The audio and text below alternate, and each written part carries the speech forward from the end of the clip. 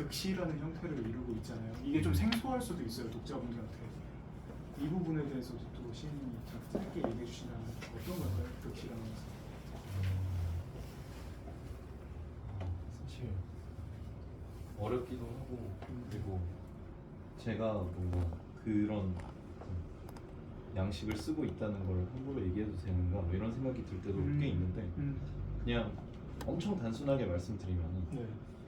어느 순간부터 시집을 읽는 것보다 희곡을 읽을 때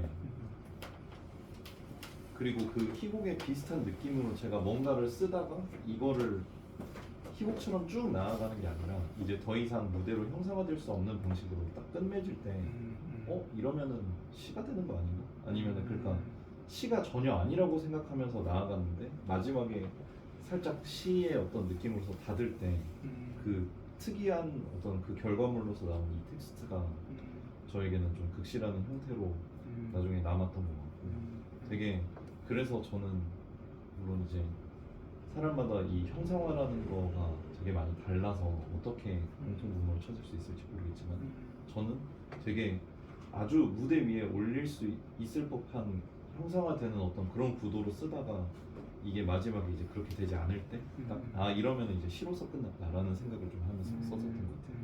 혹은 그 반대로 뭐 어떤 무대로 형상화되지 않는 어떤 이야기들을 쓰고 있었는데 딱 이미지가 딱 끝났을 때 오히려 뭔가 극으로 갈 수 있는 그런 형태가 되고 나면은 이거는 시적인 느낌을 주는 어떤 연극이 됐네? 라는 식으로도 좀 생각을 했었던 것 같고 그래서 그런 방식의 시행착오들을 좀 많이 겪다가 이제 여기에 실려 있는 것들은 대개는 그 연극으로 귀결된 것보다는 시의 형태로 귀결된 것들을 제가 좀 이렇게 선별을 하면서 좀 남기게 되었었던 것 같아요. 그리고 저는 왜 그 생각을 많이 했었냐면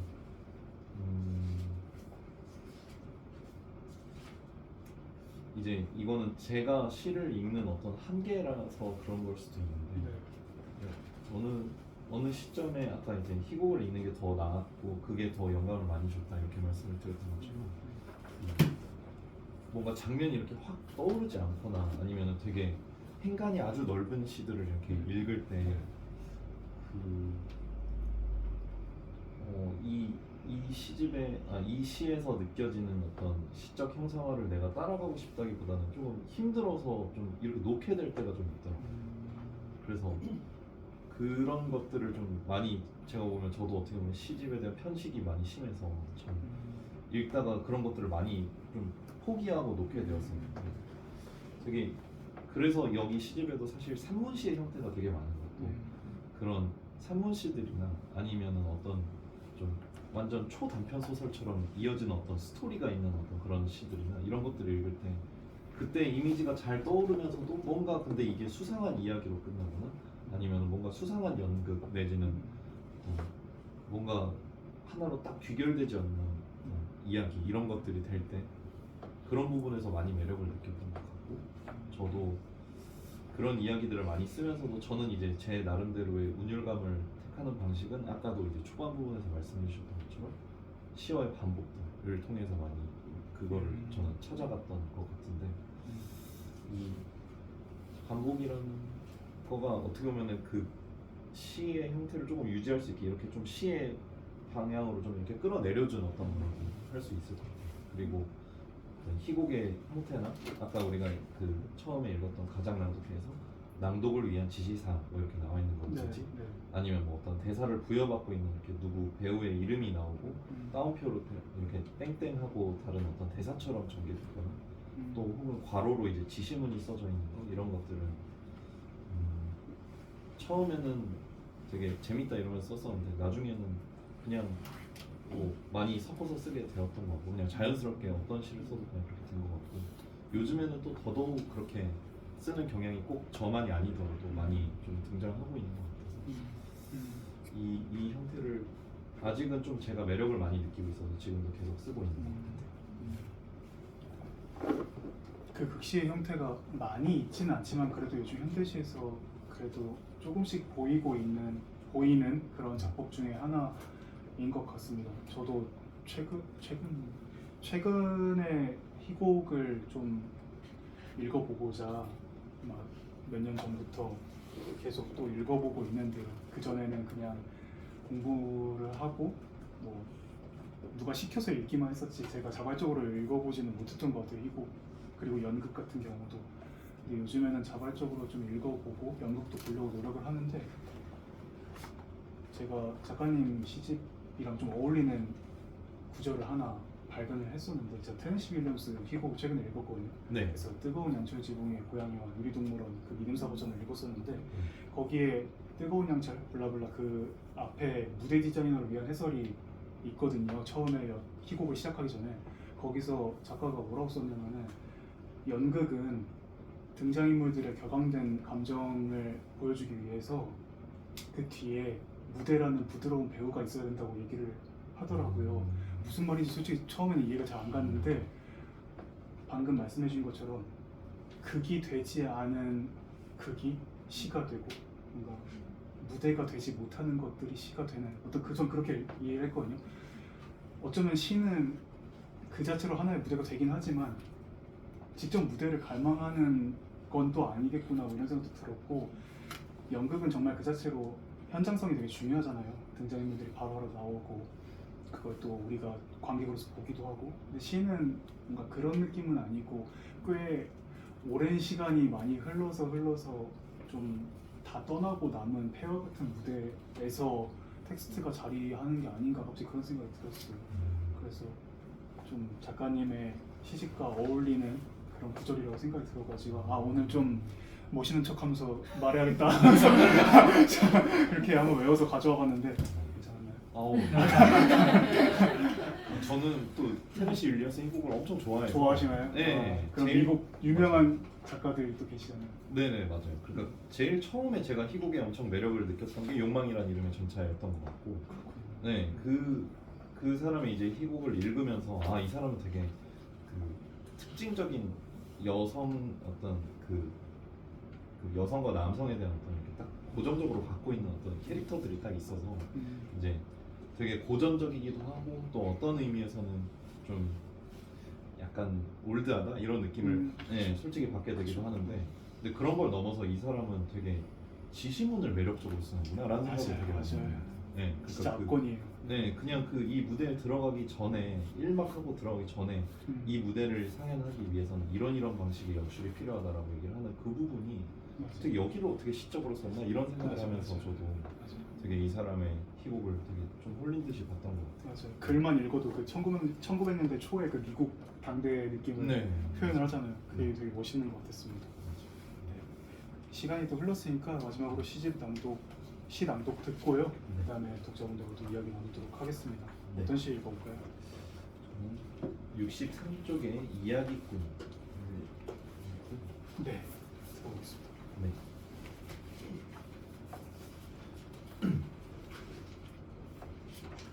이야기꾼. 그게 끝이란다. 노인이 식탁 앞에서 두 눈을 감았다. 기나긴 순례를 마치고 고향에 돌아와 식사 기도를 드리듯이. 그 다음은요. 아이의 물음에 노인은 멎었다. 양배추를 씹으며 아이가 물었다. 멸망한다는 게 뭐예요? 노인이 답했다. 잘못이 끝나는 거란다.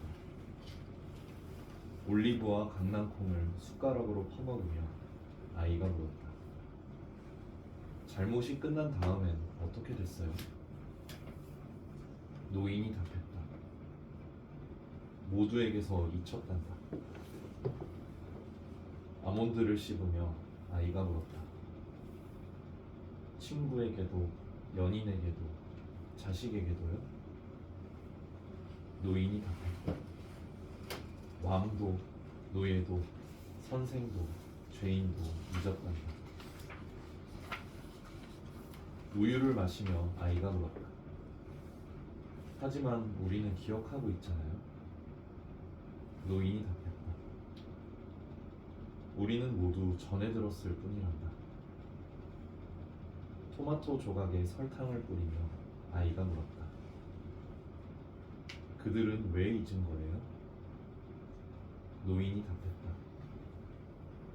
슬픈 건 잊어야 하기 때문이란다. 스파게티를 포크로 돌돌 말아 올리며 아이가 물었다. 어째서 슬펐을까요? 노인이 답했다. 뭐든 너무 깊어지면 슬퍼지는 법이란다. 식빵 조각을 감자죽에 푹 찍으며 아이가 물었다. 깊어진다는 건 뭐예요? 노인이 답했다. 듣고 말하고 돌이키고 오해하는 것이지. 연분홍으로 익은 새우의 껍질을 벗기며 아이가 물었다. 멸망을 피할 수도 있나요? 노인이 답했다. 그럴 수는 없단다. 노인이 말했다. 어떤 진수성찬이 차려져 있어도 언젠가 식사가 끝나듯 말이다.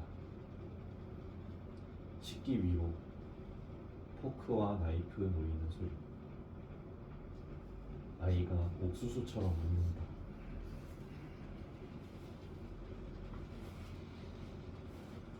네, 다음은 113쪽 튜토리얼을 읽겠습니다.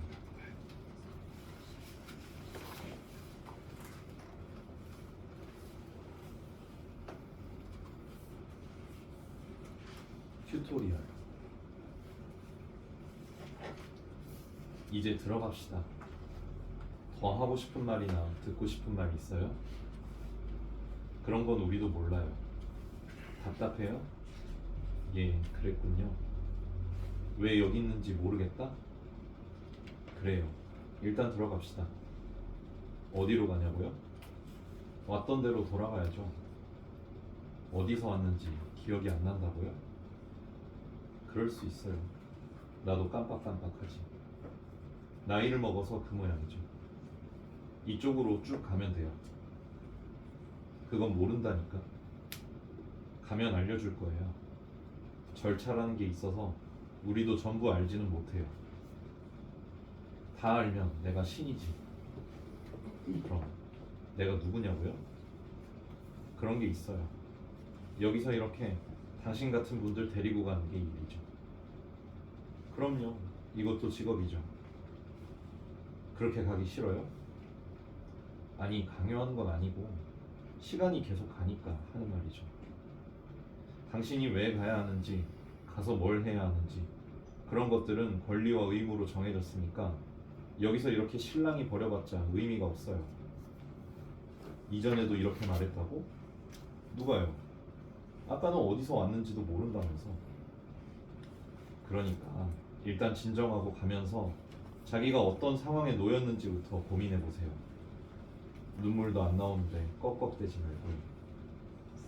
지금 여기서 내뱉는 말 한마디 한마디에 당신이 불리해질 수도 있다는 것도 알아두세요.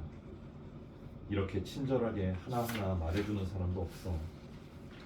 다들 이리 가라 저리 가라, 똑바로 걸어라, 주머니에 손 넣지 마라, 쓸데없는 질문하지 마라, 벽 쪽으로 붙어서 일렬로 가라, 가다 보면 익숙해진다, 생각하지 마라, 머리 긁지 마라, 뒤돌아보지 마라, 신발 끌지 마라, 주저앉지 마라, 가다 보면 알게 된다, 해줄 수 있는 게 없다, 대답할 의무는 없다, 알아서 판단해라, 의심하지 마라.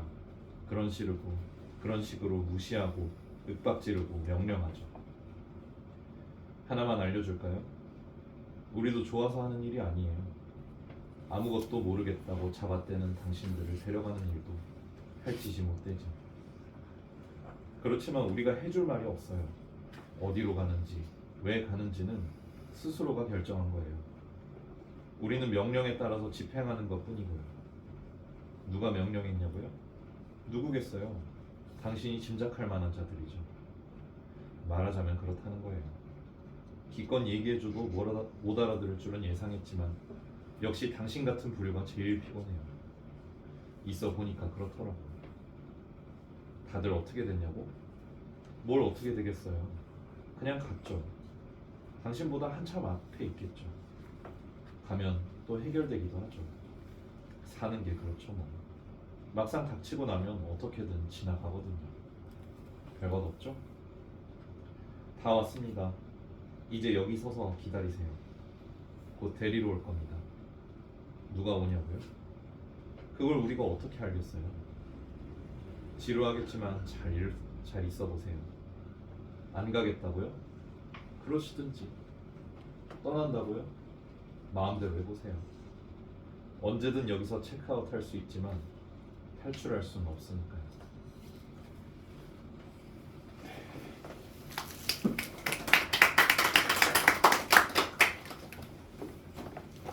그 마지막으로 읽어줬던 시는 제가 생각했던 화자랑 똑같은 느낌이었어요.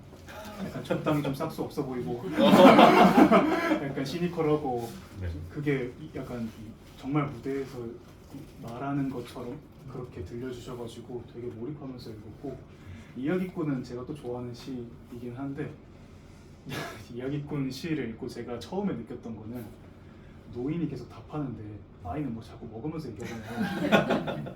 맛있는 걸 일단 많이 먹는다 이런 생각이 또 들었었고, 그리고 한편으로는 노인께서 열심히 대답하고 있는데 아이 역시 좀 약간 싹수가 없구나. 이거 되게 맛있는 거 엄청 먹잖아요. 뭘 수프 찍어 먹고 막 그러면서 되게 재밌는 구도다.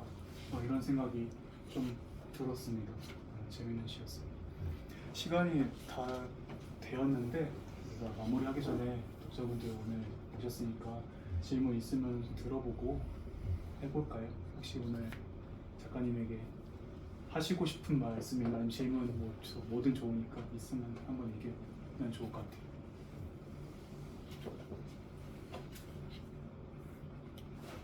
이 시집이 또 침묵이 키워들어 침묵으로 일관하는 모습 보실 수 있습니다. 좋습니다. 어떤 게 있을까요? 뭐 없으면은 제가 짧게 또 질문을 간단하게 해보도록 하죠. 언제 시인이 되고 싶으셨어요? 시인이 되겠다는 그 시기가 기억이 나시나요? 저는 개인적으로는 이제 뭐 좀 시기 어린 생각일 수도 있는데 그냥 시를 쓰고 있으면 다 시인이라고 일단 생각합니다. 그러니까 시를 쓰고 싶었던 때로 얘기를 하면은 뭐 2012년, 13년 한 그때쯤 제가 동문과 수업을 처음 들으면서 시라는 게 되게 재밌구나라는 생각을 했을 때 그런 감정을 많이 느꼈던 것 같고요. 시인이 된다는 거는 그냥 시를 쓰고 있으면 시인이고, 그리고 시를 그러면 쓰고 있지 않으면 또 반대로 시인이 아니냐라고 얘기를 하면은 또 꼭 그렇지는 않은 것 같아요. 왜냐하면은 이거는 이제 나중에 작품을 이렇게 써서 이제 저장을 하면서 느꼈었는데, 어떤 시는 쓰는데 꽤 오래 걸리고 네. 어떤 시는 쓰고 나서도 마음에 안 들어서 계속 고치는 과정을 겪게 되고, 그리고 어떤 때에는 한 편을 쓰고 났는데 뭐 하루도 안 지나서 뭐 또 한 편을 또 쓰고 약간 저녁 때 또 그렇죠. 쓰고 그 다음에 밤에 한 편 더 쓰고 약간 이럴 때도 있었던 것 같아요. 그렇죠. 그러니까 시적인 뭔가 생각을 하고 있는 이 순간들이 쭉 쌓여서 우리가 갑자기 이제 계단식으로 확 이제 올라가듯이 되게 이런 거에 대해 많이 고민을 하고 뭔가 생각을 하는 시간들이 쌓이면은 나중에 이게 결과물이 되는 건 어느 순간 훅 나올 수도 있는 거라고 생각이 들어서, 그래서 이 계단을 끝까지 가기 전까지는 평지에 있는 동안에는 나는 아무것도 안 쓰고 있고 생각은 하고 있지만 시를 지금 안 쓰니까 뭐 시인이 아닌가라고 얘기하면 그럴 수는 없다, 이런 느낌이 있는 것 같고, 그래서 저는 좀 되게 등단보다는 대신에 책을 한 권 내는 거는 조금 다른 작업이다라는 생각이 많이 있었던 것 같아요.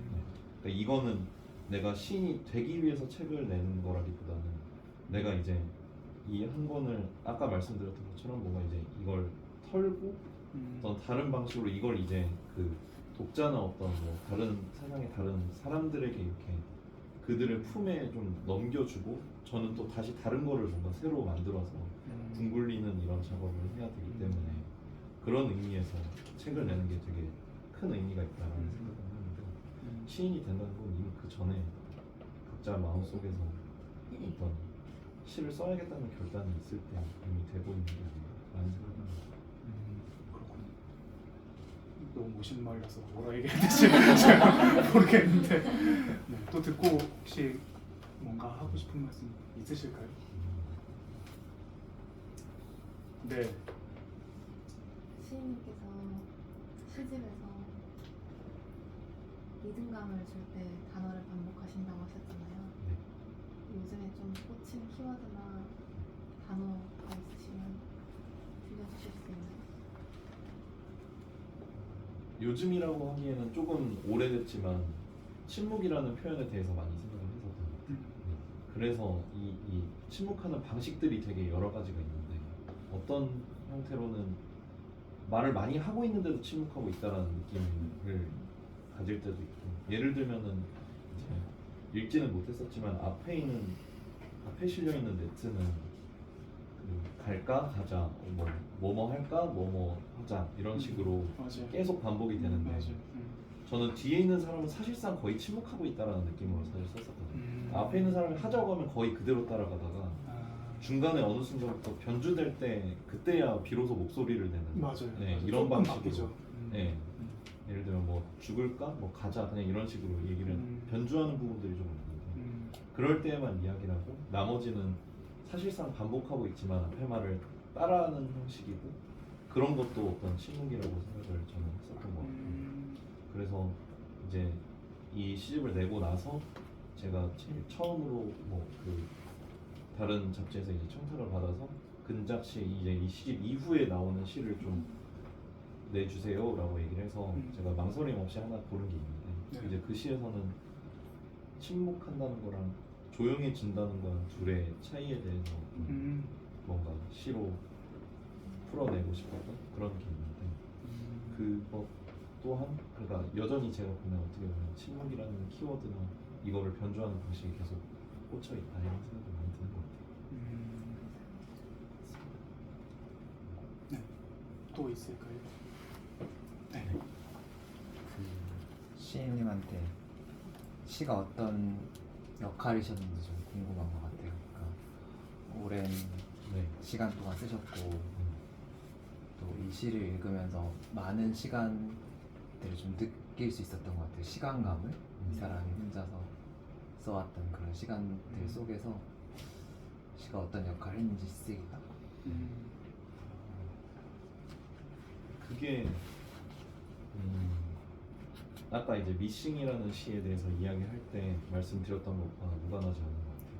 그러니까 이 등단할 무렵에 제가 썼었던 어떤 시들은 전반적으로 어떤 애증이라는 키워드가 저의 마음속에는 좀 많이 자리하고 있고, 그러니까 그 당시에 좀 힘들었던 것들에 대해서 좀 그 애정과 증오로서 많이 이제 풀고 싶었던, 어떻게 보면 조금 그때는 해소의 어떤 도구로서의 의미가 많이 있었고, 그리고 그게 어떻게 보면 옅어지면서 지금은 되게 그런 것들을 많이 좀 충만하다 뭐 이렇게까지는 얘기할 수는 없겠지만 그런 부분보다 조금 더 어떻게 보면 감정의 톤은 훨씬 더 안정되고 좀 이렇게 평안한 상태인데 나만 할 수 있는 얘기가 뭘까라는 거를 조금 생각하는 방식으로 썼었던 것 같아요. 어떻게 보면 그때는 조금 제가 정서가 불안했다라고 얘기할 수도 있을 것 같고 지금은 되게 그런 정서적인 면에서는 뭐 안정되었다라고 얘기를 할 수도 있지만 이제 이 안에서 좀 더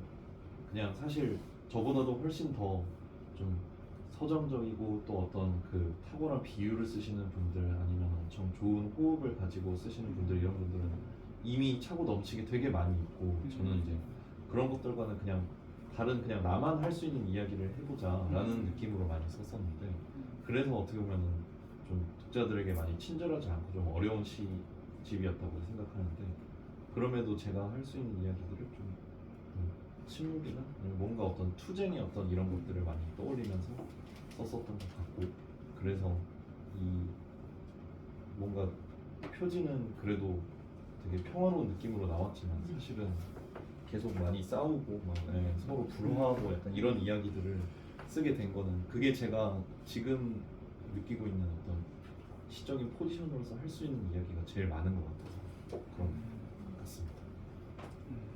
감사합니다. 답변이 되었기를 바랍니다. 더 많은 이야기를 하고 싶기도 하고 질문이 산더미긴 한데요. 시간이 이제 또 정해진 시간이 있다 보니까 여기서 마무리를 하려고 합니다.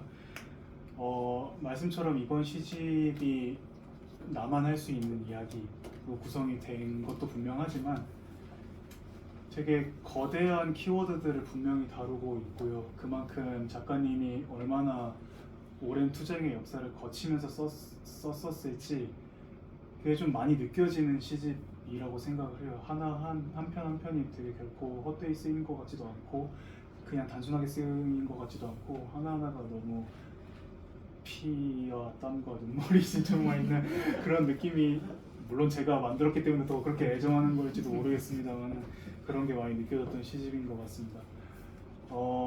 오늘은 가장 낭독회도 아니고 텅 빈 무대도 아니고 실체 낭독회와 실체 무대를 오늘 함께 했는데 네, 감회가 또 있으실 것 같아요. 오늘 이제 독자분들께 마지막으로 인사하면서 어떠셨는지 네, 얘기해 주시면 좋을 것 같습니다. 네. 일단 되게 이런 낭독을 많이 해보고 싶었었는데 네, 정말 아까 처음에 제가 인사드리면서 말씀드렸던 것처럼 여러분들이 와주셔서 이렇게 들어주시고 뭔가 집중해서 경청해 주시는 이 자체로도 저한테는 되게 영광이었고 그리고 또 제가 앞으로 또 새로 시를 쓸 수 있는 어떤 원동력이 되는 시간이 지금 이 순간이 되지 않을까라는 생각이 많이 들어요. 여러분들 와주시고 들어주셔서 너무 고맙습니다. 감사합니다. 오늘 시 기원석 낭독회 함께 해주셔가지고 진심으로 감사드리고 소중한 저녁 시간이 되셨기를 바랍니다. 네, 그러면은 여기서 인사를 드리도록 하겠습니다. 고맙습니다. 작가님 서명 필요하신 분들은 네, 서명도 받아가시면 좋을 것 같습니다. 감사합니다. 고생 많으셨어요.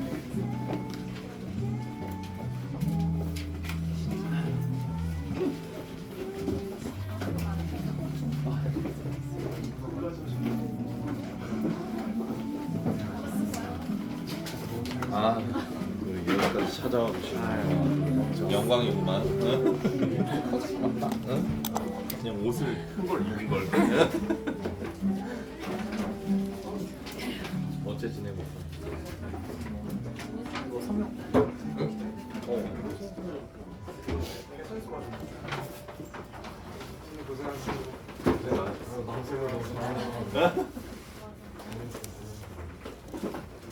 너무 재밌었고 찍어도 돼요?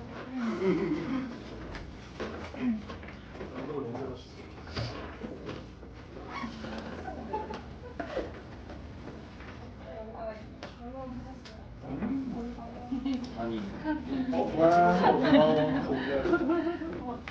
시인님 짜임은 아니 저번에 해드렸어요. 어디 앞으로 가야 되겠다.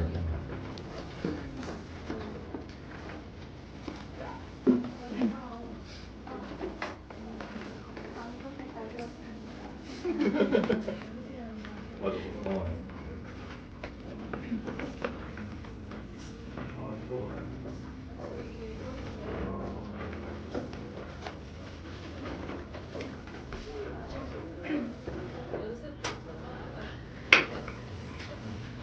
제 친구한테 기다리는 게 너무 아파서 밖에서 사진 찍게 나오고 들어오면 안 된다는 거예요. 그래가지고 과장님이자 서현우 씨